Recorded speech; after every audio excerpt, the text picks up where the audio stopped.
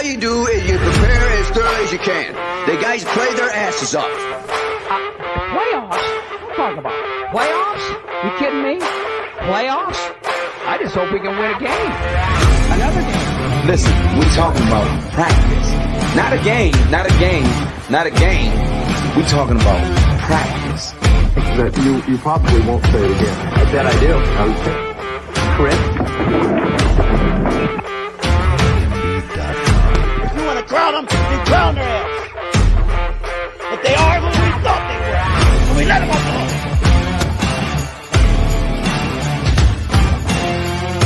5, 4, 3, 2, 1, 0. Welcome to the inaugural episode of Skull Rants, a special treat for you today. I got the vocal Vike, formerly known as the artist, formerly known as Purple Pocket Podcast, R.A.P., the Purple MLK himself. What's up, man? Let's go, man. Hey, man, I'm telling he brought his own. He brought his own sounds. He brought his own soundboard. I don't have to do anything. It's awesome. I had to at least play the horn. But yeah, man, appreciate you having me on for the first episode of Skull Rants. This should be fun. So yeah, man. If you don't know how this show goes yet, it's because we haven't had an episode yet. So let me tell you, I'm going to be asking RAP some questions, and he's going to answer them, and that's all it is. We're just going to have some fun. We got some great questions. Starting off with Marcus Davenport. What the hell happened today? Oh man. So did we wind up signing him back, or did we let his contract void? We extended his void date to match up with Kirk Cousins and Danielle Hunter. Yeah. So I mean, honestly, I'm gonna keep it real. Like, I'm honestly okay with keeping Davenport.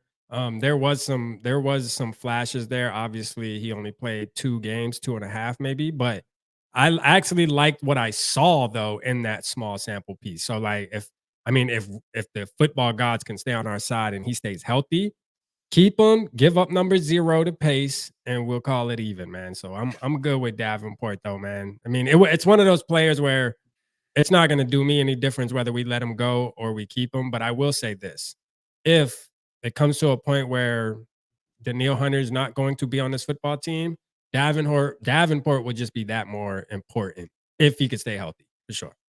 The Nick Miller, who I just had on my show, tweeted out that signed Marcus Davenport at a cheap deal.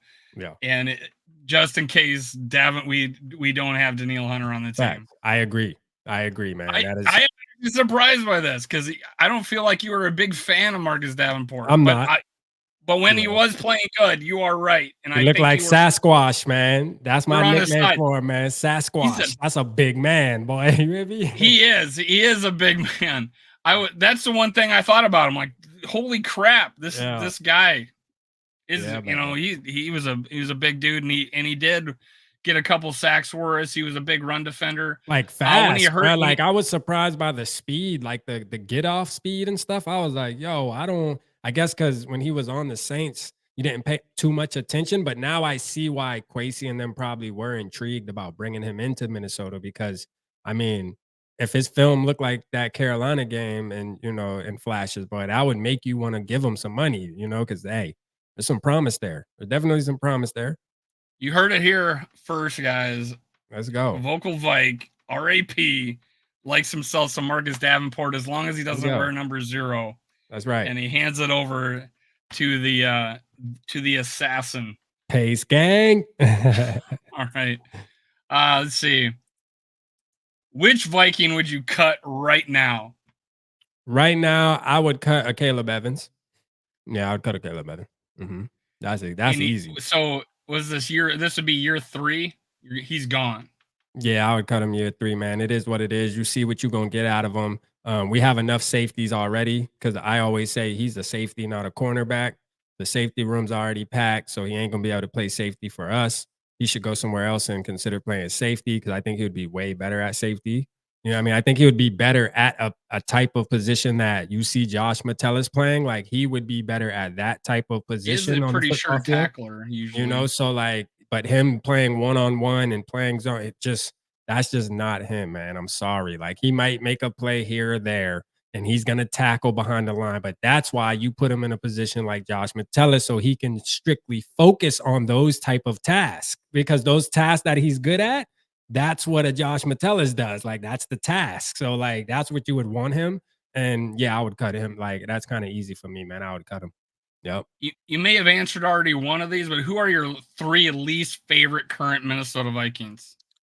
All right. So I'm gonna tag them all on this on Twitter. Yeah, I know, right? Be like, you hear this guy? Don't ever autograph his football.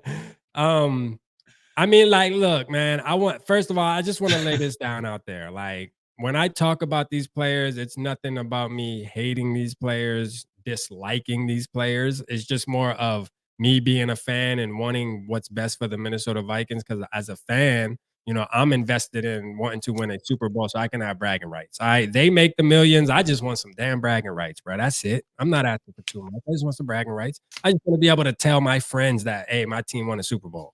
All right. So when I name these players, there's no hard feelings. I'm just saying I think that we can do better.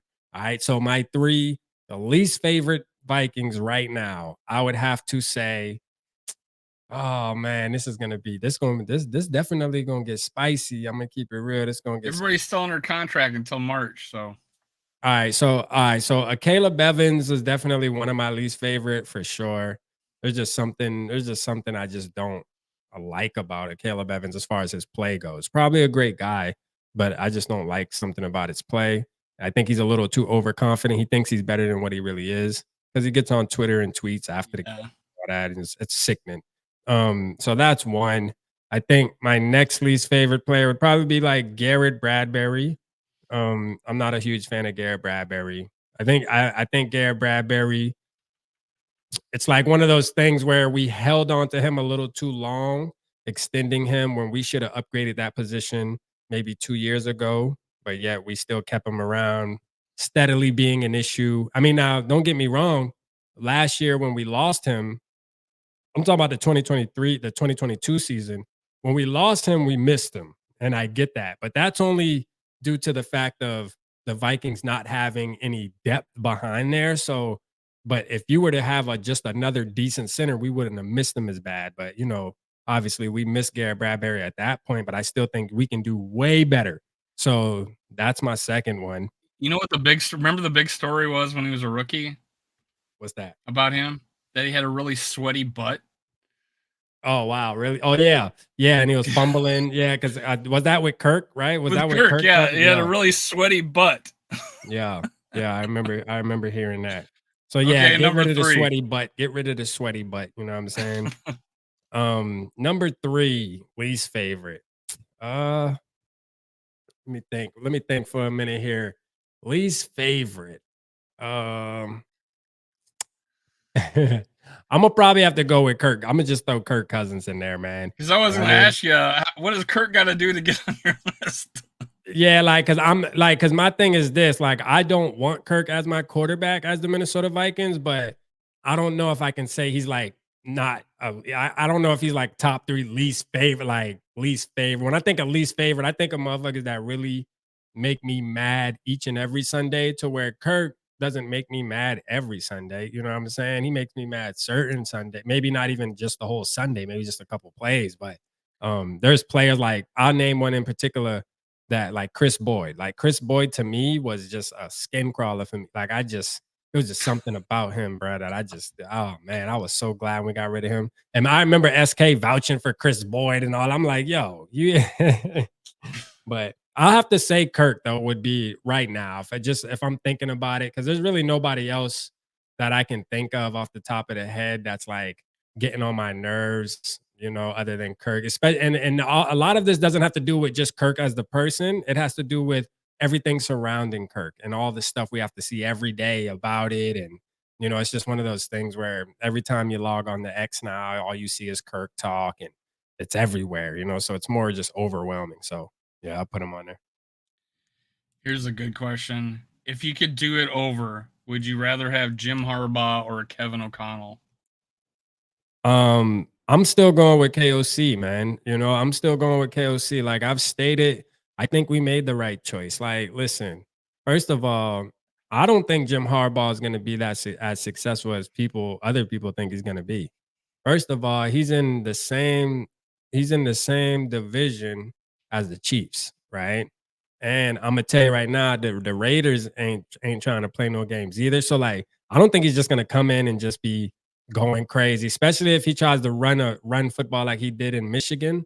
I don't think that's gonna work in today's NFL as much. It might work sometimes, but he might take away from Justin Herbert. Like, think about this. He's going from a guy in JJ where he was able to keep JJ at bay, run the offense how he wanted to run the offense, but you can't do that with a guy like Justin Herbert that's known to be able to throw the ball around the field.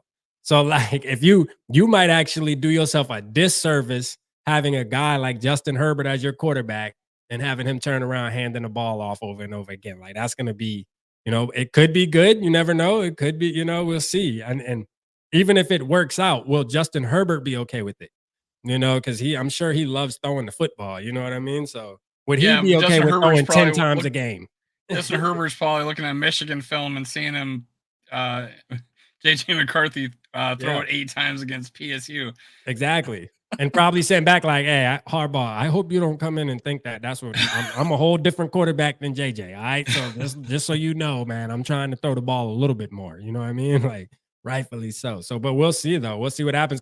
And that's the thing. That's what I worry about an old school guy like Harbaugh, is they don't give a damn what y'all players think. You know what I'm saying? It isn't about y'all. It's about what they like doing, how they've been winning over the past years. They're sticking to their formula.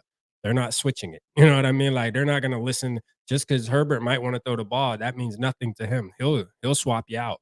You know what I mean? Like if you don't want to do it, he'll find somebody who will.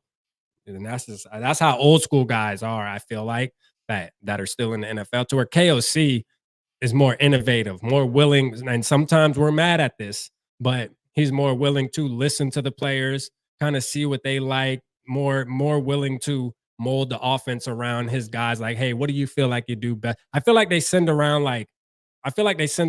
surveys and shit throughout the week, like, or when they draft players, like, hey, what do you feel like you do best? What's your favorite route to run? This, that, and the third. And then he like kind of takes all that information in and incorporates it as he builds his play scheme and stuff. So, I like. Well, Kansas City has that. Was it on Wednesdays where they get to pick a play? Yeah, they get to pick a play and they decide whether or not they create a play and they can decide whether or not they're going to use it in the game. Yeah, hey, it works, man. So I'm that's why I like Kevin O'Connell. I know there's some people who down on his play calling and stuff, man. Listen, just chill. Give it this year, because I stated this last night. The first year, he had veterans to hold him down. We won 13 games. This year, he went through as much adversity as a head coach couldn't go through, and we still pulled out 7, which is impressive, to be honest with you. Having to go and get a quarterback mid-season damn there and just have to figure things out on the fly. You got a rookie. So you got to give him his props, man. He used what he had.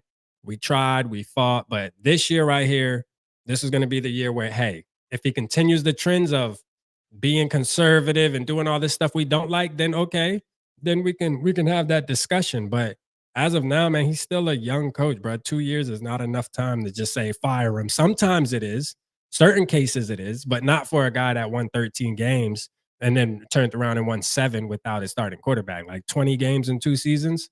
Come on, dog. That's not a fire me type of deal right there. Not yet. Yeah, not yet. Sticking with O'Connell, a little bit with O'Connell. Who is the blame for the running game? The RBs, the offensive line, or KOC's coaching? I'm gonna say the running backs, man. Really the running back. As much as we respect Alexander Madison and his peoples, I mean, it was just underwhelming performance. And to start out the season, it was so underwhelming to where I feel like that could have rubbed off on KOC. Like you can put some blame on KOC too, because he is the head coach and he has to learn how to make tough decisions. But what I will say is, if you're handing off the ball to your running back and he's not producing, you're naturally going to want to shy away from it. You know what I mean? Like, because you're going to just feel like, hey, this guy doesn't have it. So then you take it out on the guy that's behind him that might have it too. But yet you're so used to, you're like, if my starter can't do it, I know my backup ain't going to be able to dang do it. But we found that out that was false when we put Ty Chandler in during the Bengals game, and he had that hell of a game. So it was one of those deals where, I'm going to blame the running back, specifically our RB1, because he's supposed to be the leader and set the tone. See, that's what Dalvin Cook did for Alexander Mattison. He set the tone week in and week out, and Mattison was able to come in, and the coach had confidence in handing the ball off. See, our coach doesn't have confidence in handing the ball off because, bro, we averaging what, 2 yards a carry? Like, what coach go goddamn have confidence in handing the ball off? You ain't winning a lot of football games doing that. I think one of the things when Madison came back from the injury and he was in a backup role, he actually played pretty good. Yeah. He got like 4.5 yards of carry and stuff. So it's almost like that was he needs to be in that role. He's effective in that role. He's not the lead guy. Exactly. And that's okay, man. Like, some people take it as a diss, but nah, man. Like, listen, the NFL is a game that takes, your second strings as well. Like, it takes all of those guys. Hey, you can't always be the star, man. Not everybody's made to be the guy. Like, you need, but guess what? The guy also for him to be the guy, he needs the guys behind him to do their job. And that's what Alexander Mattison is, bro. Like, and that's okay.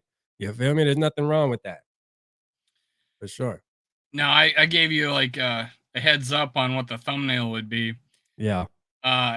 If you could do it over, would you rather have Kwesi Adofo-Mensah or Ryan Poles? I'm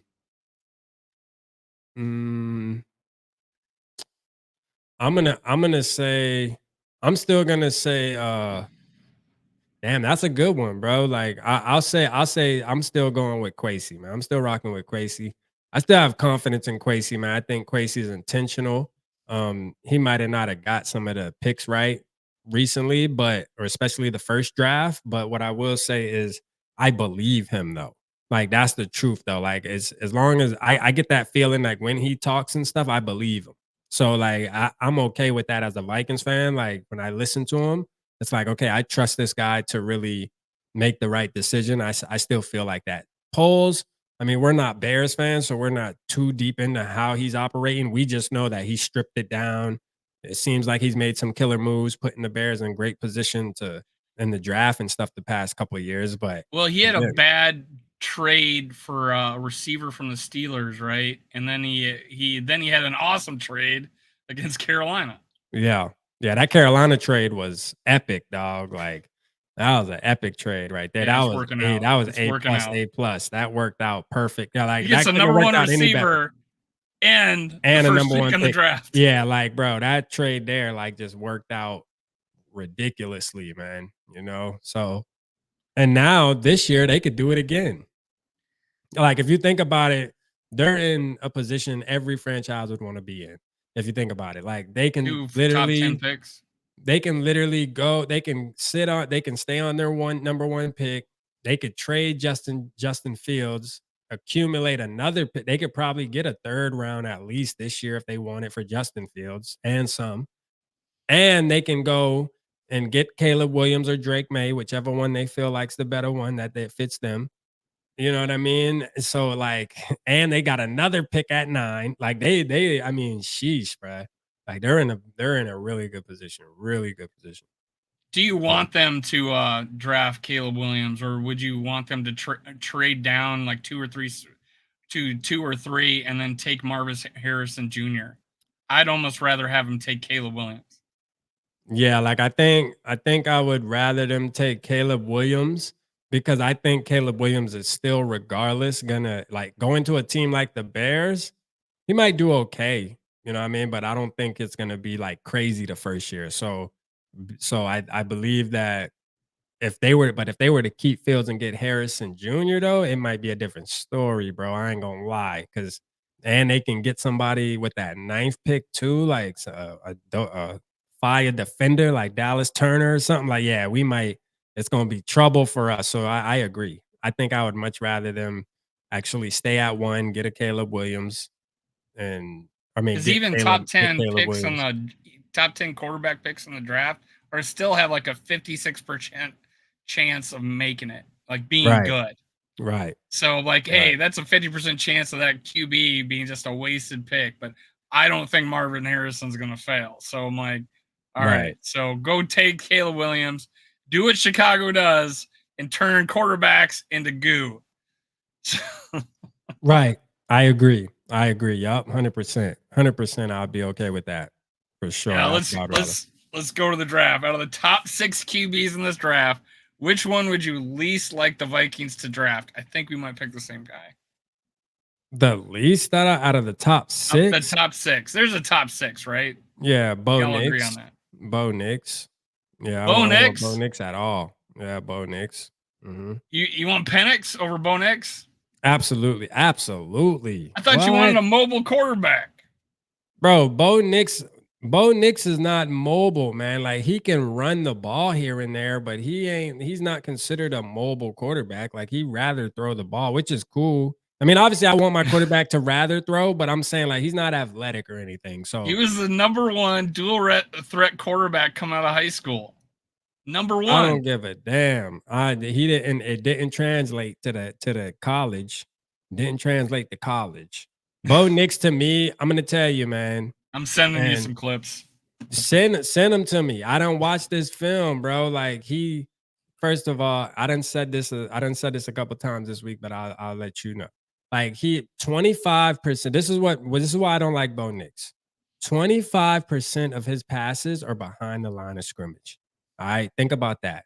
Out of Bo Nix, out of Jaden Daniels, Drake May, and Caleb Williams, right? All of those other 3 guys I named, they're passing through the air. They, at least their average depth of target is around 9, 10, 11 yards. Bo Nix is around 6. All right. Plus, his team led the league in yards after catch. So what does that tell you? That tells you that Bo Nix has been throwing 3-yard passes, 4-yard passes, 5-yard passes, and these wide receivers have been taken off. His stats are fluff. Like, and what I worry about is this. It's not only that. He doesn't play under center. Every single snap has been in shotgun, right? So I don't even know if he can drop back under center. So when I think about him playing for the Vikings, I think about Kevin O'Connell's scheme. We have these long developing routes. Is Bo Nix going to sit back there and be able to do that? His mind's already been trained for 60 college games to throw it quick, and he's so safe with the ball. I just don't see him translating to the NFL and then all of a sudden sitting back in the pocket forever and letting plays develop and sitting back there darting it up. I just don't see it. I see him he'll probably be, because he's trained. It's not his fault. That's just what the offense he ran, but that doesn't take away from the fact that he's done it for so long that's what he is. Like, he's already shown who the hell he is. He's a dinker and a dunker, man. Like, and the numbers show it. That's what's weird about Bo Nix, though, because he did lead the league in, completion percentage down the field. But you got to look deeper. 77%. You got to look deeper than that, though, because this is the thing. If you got, we can use basketball, for example. If you got Steph Curry, right? Steph Curry went to the free throw line 50 times, and he's 42 for 50, right? You'll look at his percentage. But then you might have a guy that only went to the line 10 times, and you would say, well, dang, that guy got a better free throw percentage than Steph Curry. But in reality, he's not a better free throw shooter than Steph Curry. You know what I mean? You just know that he didn't do. So I say that to say Bo Nix only threw the ball downfield, let's just say 20 times, to where Jaden Daniels, Caleb Williams, Drake May, their numbers show that they've thrown the ball downfield 50 times. So you expect Bo Nix to have a better completion percentage down the field. I mean, think about this. Mac Jones had the best before Bo Nix. That's the record he broke. Mac Jones. Would you want Mac Jones on your team right now? Mac Jones is garbage. You know what I'm saying? I don't give a damn about all that completion percentage. It doesn't move me, man. Like, I'm looking at the film and I'm looking at, will it work for my team? Right? He might be awesome in San Francisco, like taking over for Brock Purdy and doing exactly what they do over there. But for the Vikings and how Kevin O'Connell likes to do things, I just don't see Bo Nix being good for us, man. So he's my least favorite, honestly. Like, he is. Does Mac Jones run a 4.5 40? No, he don't do that. But we talking about throwing though. We're talking about throwing. Yeah, well, Bo Nix runs a 4.5. At least that's what he did coming out of high school. I don't know. I don't know if he's been measured since, but And look, yeah. and I said this too on the record, and I'll put it on your show. If we get Bo Nix, I'm gonna ride for Bo Nix. You feel me? Because You at the end of texted the me day, I'm a that. Vikings fan. I'm a ride for him, but I just don't see us going for a Bo Nix though, because I just don't think the way Oregon played, that shit is nothing like how we play. You know what I mean? Nothing like how the Vikings play. Nothing. Let me ask you this: we're second round. We let the top 4 QBs go. JJ McCarthy. Yeah. They didn't get to us, so we're sitting there. Our second round pick, and we're gonna take it. We take a quarterback, and it's Penix or Bo Nix. Right. Penix with the knee can't. I cannot. I found like his highlight reels got one play where he scrambled and threw the ball, and there was no running plays. And you're taking Penix over Bo Nix. Well, because of this, like Penix he can throw the ball a lot better than Bo Nix, that's for sure. The one thing he can't do that I don't like about Penix, and that's why I have Penix as my number 5 quarterback. But like what I don't like is he can't throw on the run. Like his throw on the run is horrible. Like his accuracy just like leaves the face of the earth once he starts to running, and then he tries to throw. Like I don't know what it is. Like if he has his base under him, bruh, he gonna get it there. He gonna put it there where it needs to be. Yeah, Penix. But when Penix is running, he can't throw. Like his percentage drops down like crazy, man. And I think the worst at it, I think I had I think it was Thor that told me the worst at it was Drake May. I think I seen a stat earlier. I think Drake May's like number 3. JJ McCarthy's number 1 for sure, which I knew that. Like when he's on the run, he has the best throw on the run. Like he's, his film will show you like when he throws on the run, bro, that should be darts. Like he like Bo Nix on the run tape. He like that, man. Like I've watched a ton of Bo Nix tape though. Like I went into a situation this offseason, like, man, I seen Bo Nix balling this whole year in college. I was watching Oregon games, you know what I mean? So I watched a couple red of them. zone tape coming at you. So I was watching Bo Nix, man, and I'm not saying that he's a horrible quarterback. I just think he's gonna be a guy in the NFL that may get a chance to start at one point, but he's going to not prove himself, and he's going to quickly become a backup, like quickly. I just don't see the superstar starting quarterback for longevity in a Bo Nix. I just don't, man. He's played the most college football of everybody. We're comparing him to a guy that's only 21. People want to compare Bo Nix and JJ McCarthy, who's better. This guy, Bo Nix, it took him forever to even be in the conversation. You know what I mean? Like forever, 60 goddamn games. So people keep saying he's been in the league college 6 years. It's only 5. Yeah, he just played a lot. He just started as a freshman. Yeah. Well, he 3 years at Auburn. So I'm curious of what he did in Auburn if he was under center. But Penix had 6 years. Penix is the guy with the 6 years. Right. Yeah. So but I like Penix. I just think Penix. And don't get me wrong, like I said, Penix is my number 5 guy, but I think I like Penix more because of the style of play, long developing routes, wide receivers, the route tree's big. It's not just wide receivers running mesh routes, 3-4 yard ends and shit. It's actually wide receivers running downfield, long out Justin Jeffersons, you know what I mean? Jordan Addisons. Like that's why I like Penix, because I can vision that, right? When I think about Bo Nix, every time I watch this film, it's just like, yeah, you might get 1 or 2 throws a game. That's 30 yards. Well, but can't you say that about McCarthy? No, bro, McCarthy throws that motherfucker downfield, though, every once in a while. He'll throw it downfield, though. But see, like, my thing with McCarthy is this. Like, if we get a McCarthy, I know what I'm dealing with, as far as I know that he ran a pro-style offense as well under center, and I know that he's smart with the football. Like, my thing is this with Bo Nix. I don't think there's anything else to unlock with Bo Nix. See, with McCarthy, I have faith that we can unlock something. I think there's something there that's not being shown. I got McCarthy with the tiebreaker because of age. See, because Bo Nix has played so much football, I think that what you see is what you're going to get at the next level too. That's what you're going to get. You're going to get that, right? And some can say that's not bad. That's, hey, I would take that. Well, that's fine, but not me. 6 touchdowns in a game once this year. Man, so did McCarthy. people forget, like McCarthy would only play 3 quarters for like the first half of the season too. People leave that out. Like, listen, Michigan was beating teams by like 5 touchdowns before halftime. Like McCarthy barely played a fourth quarter the first like 6 games, bro. Like he was literally getting benched because they were up. It's just sportsmanship. You can't throw the ball. You don't want to throw the ball when you up by 4 touchdowns in the third quarter. You ain't just gonna be bombing it. You got to show some sportsmanship. I'm a fan of both, so I give my tiebreaker to the younger dude. better, man. I give my. Oh, what do I got here? I got if Vikings drafted JJ McCarthy and he started week 1, how many games would he win? 2024. If he started week 1, we just threw him out there. Yep. I'll have to say 7. I think 7. I'll say 7. All right. To build off of that, what year would JJ McCarthy win a 5th Super Bowl with the Vikings?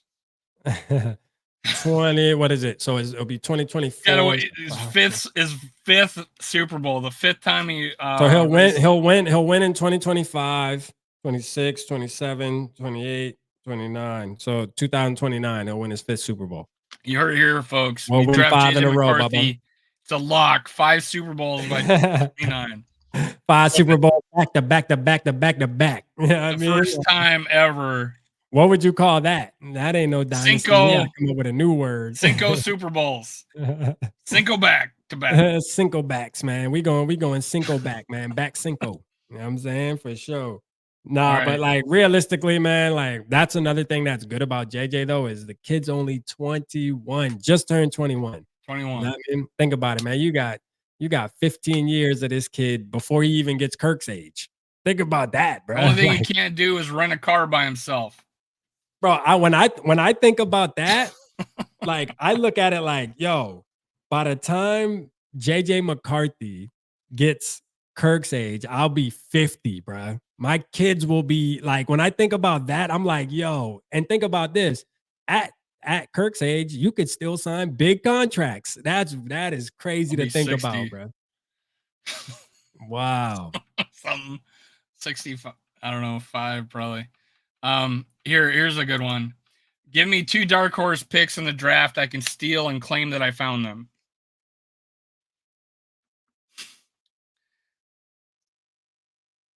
We stopping for a break. Hold on. Oh, my bad. Give me 2 dark horse picks in the draft I could steal and claim that I found them. Hold on. Give me two dark horse picks in the draft I can steal and claim that I'm the one that found them.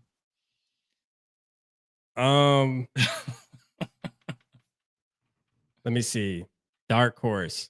Do you want the fire? I'm gonna give you the flames again. Oh wow, you got the flames. Okay, fire it's picks. Getting hot. Fire picks. I did that the whole time you were going off on Bo Nix. Oh, you did.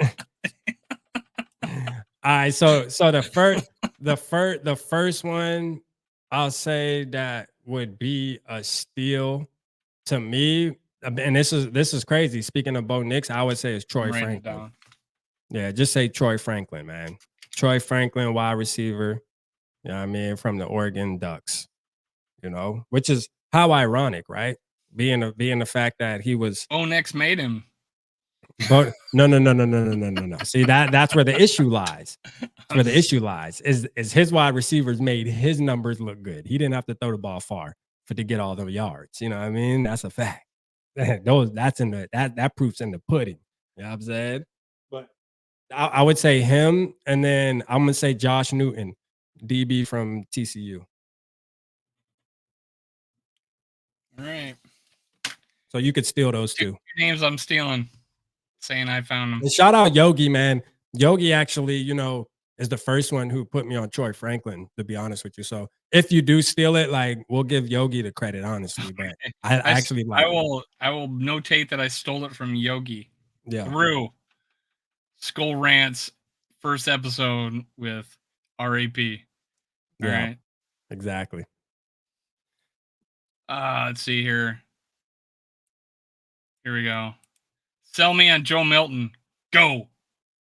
Man, Joe Milton, man, like I'm gonna tell you, man, this is gonna be a hard sell, but feel me out. And I already did a video on this.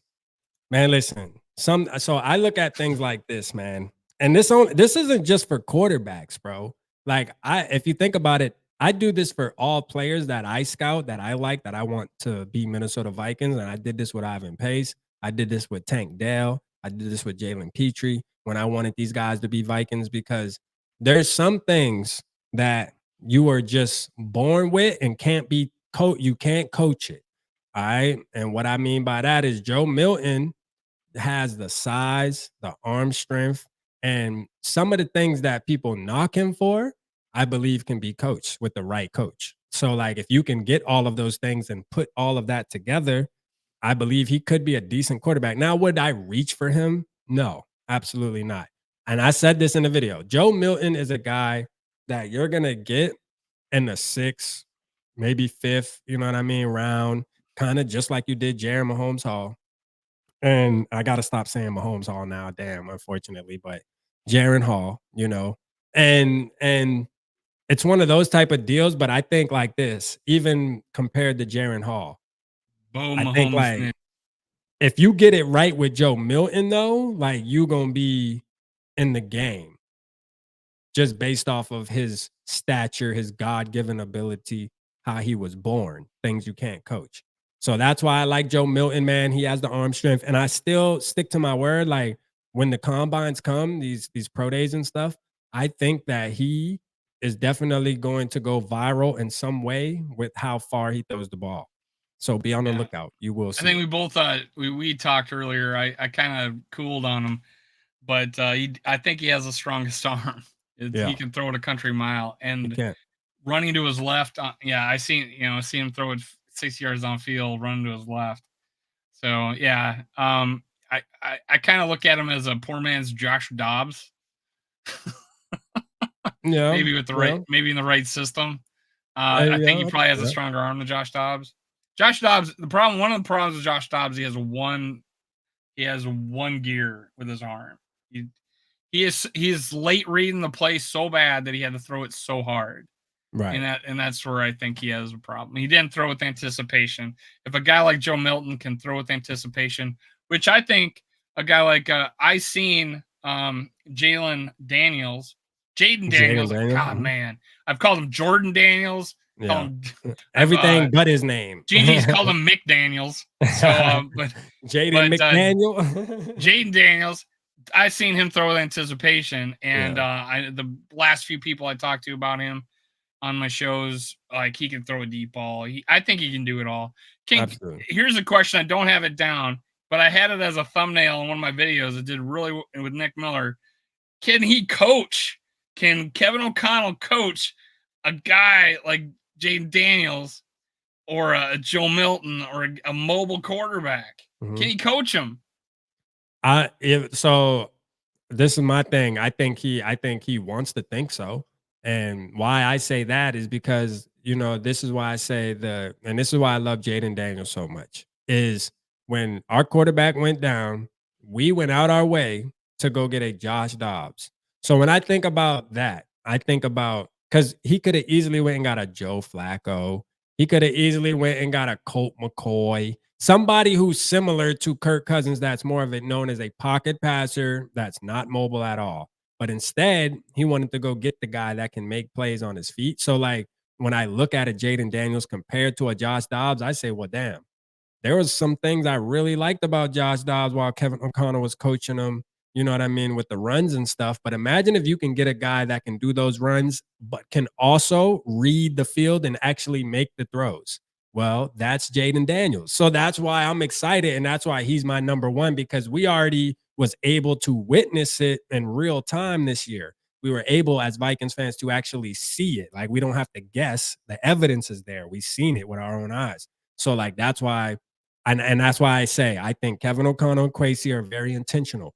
So that's why when they go get a guy like Josh Dobbs, it tells me what type of guy that's the guy that they're looking forward to in the future. Like, okay, we're looking to get a dual threat quarterback, because that's what Josh Dobbs was known as before we went and got him. I mean, it wasn't like he just started running when he got on the Vikings. Like, he was known for that. You know what I mean? So one of the points someone made to me recently about like Caleb Williams is he plays a lot of hero ball, and And that's what Josh Dobbs did a little bit. He like left the pocket too early. You saw in like one of the last games, Kevin O'Connell getting upset because there was a guy open and he bailed too early. And I think that's what kind of puts me in thinking about it. That kind of what made me put JD above Caleb Williams is because I don't think he is like that. And I found out from, I think it was Thor who told me about what LSU did for him with the virtual, goggles about or whatever the virtual stuff where he read defenses, and then they it's a started having to do simulator. it 1.5, 2 times more, which is actually quite impressive. And I feel like that he's been trained in that, and that's why he made that jump his last year and peaked at the right time. That's what gives me the hope of getting a Jaden Daniels is, again, like I said, think about this. It might have only lasted 2 games, but God damn it, that was 2 exciting games, wasn't it? Atlanta and the first half of Saints, like that was 2 exciting games, I would say the fourth quarter of Atlanta and the second quarter of the Saints were probably the 2. So you get a glimpse of if you can get a guy that can do both of those things at a good level and maybe one at an elite level, one at a good level. Like if you can get a guy like that, I mean, the sky's the limit with the offense Kevin O'Connell wants to do, bro. He just wants a guy that can do both. And he wants a guy that, you can run like that. I love it. You can, because that adds a different dynamic to the football game and challenges defenses. But you also want that same guy to be able to read defenses and sit in the pocket and not bail too early, like you said, be able to hang in there and make the throw that needs to be made. So, and I think Jaden Daniels proved that he can do that. When you watch his film, he proved now he needs to get down a little more, not take as much hits. But those are things that you just have a meeting about. Like, I mean, these aren't like people bring that stuff up, but like that's something that you don't have to go out there and train to do. Like you pull them in the office and say, hey, you're in the NFL now. Start getting down. Period. You know what I mean? Like that should end that. That's Johnny said serious. Johnny referred to him as being a fawn in traffic. Yeah. And if anybody's listening has heard my interview with Thor, and he said he had a comp for Jaden Daniels. I think he probably talked about it. Who'd they say? Randall Cunningham? It was Randall Cunningham. He after the show, I DM'd him and sent him a GIF of Randall Cunningham and confirmed. So that's who he said. And I think Randall Cunningham won an MVP. He had first 1,000-yard rusher at quarterback position. So it's like, and honestly, at the time, he probably one of the strongest arms in NFL history. This guy, I seen him in a quarterback competition throw it 77 yards in an all-star quarterback competition. This guy he could throw the ball. He had kind of a long delivery though. But Jaden Daniels a beast, man. Let's no, you can be diplomatic, but I'm bringing the heat on these. What is your go-to Vikings YouTube channel? My Vikings go-to lately has been One Bar and Lupagus.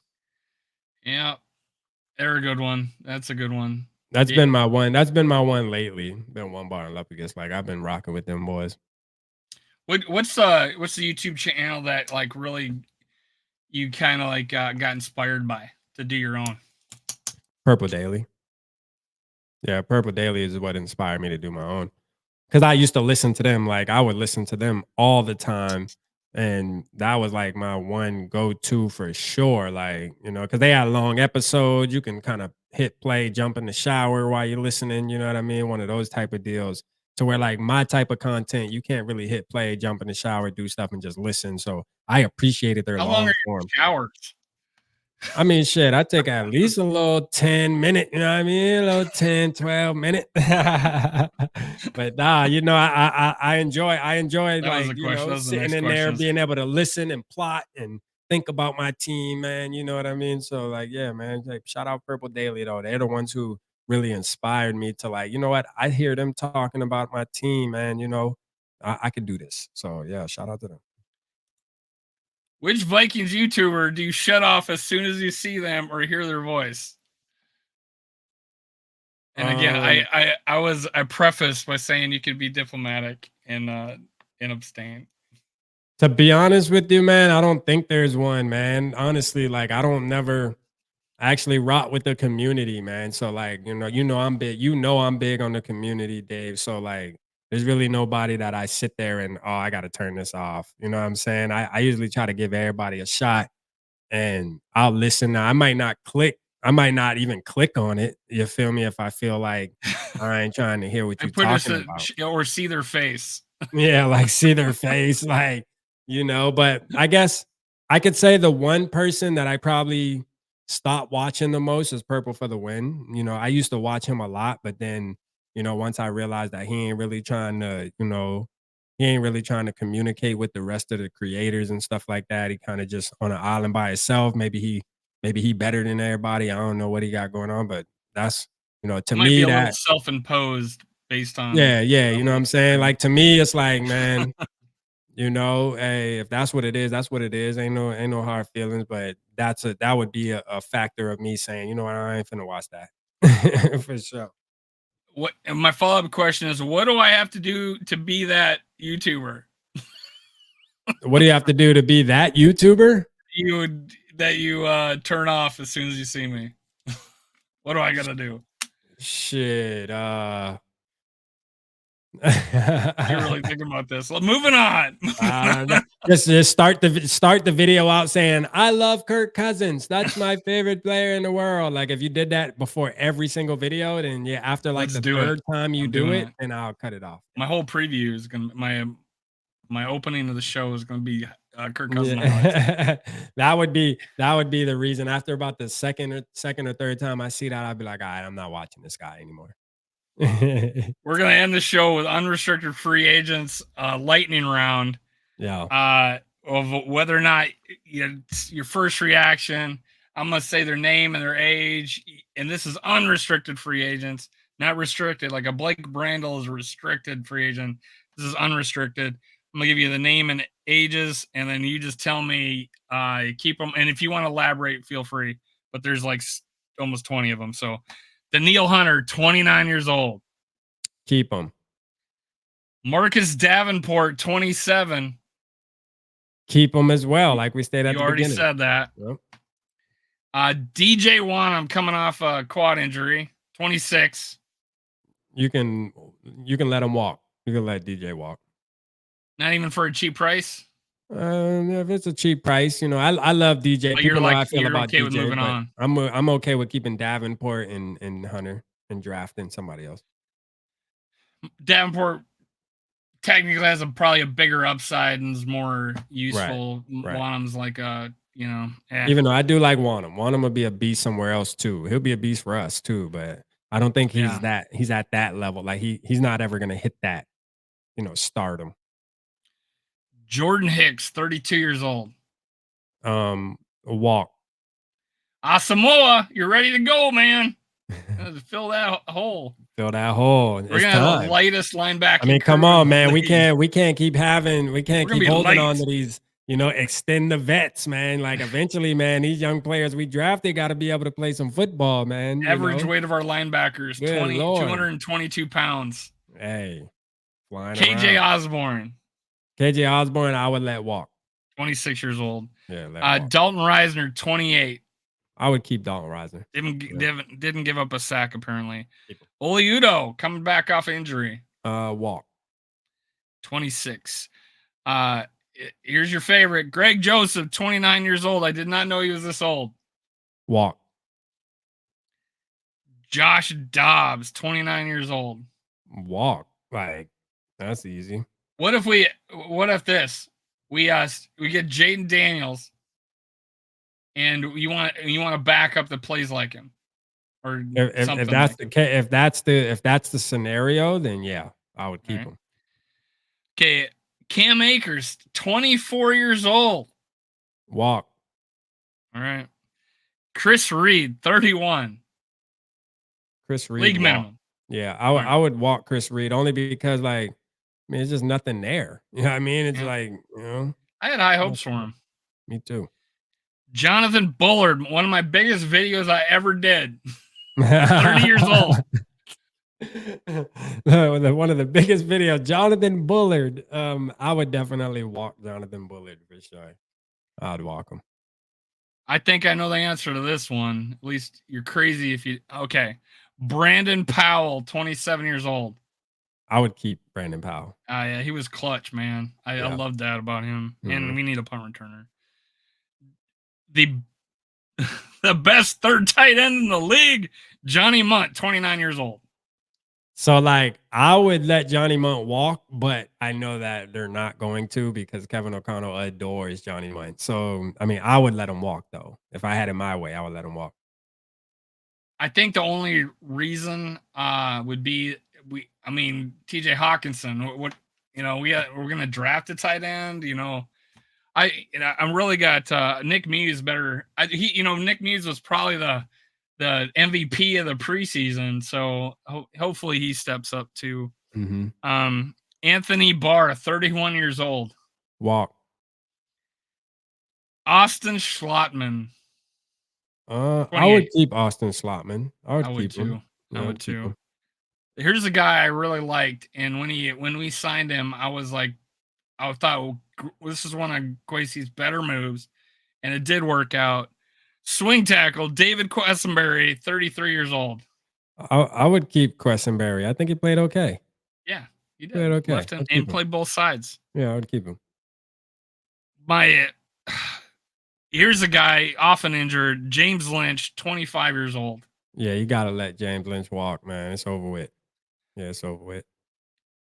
Here's a guy I had high hopes coming out of college. I thought this guy was gonna be like Eric Kendricks 2.0. Troy Dye, 27 years old.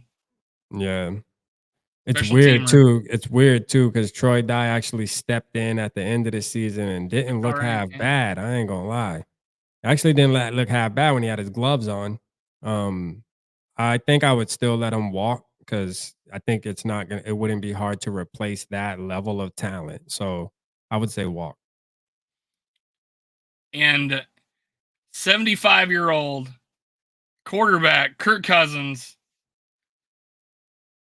Oh man, that's one. Let me think about that one, man. That's a hard one. It's actually 35. Let me see.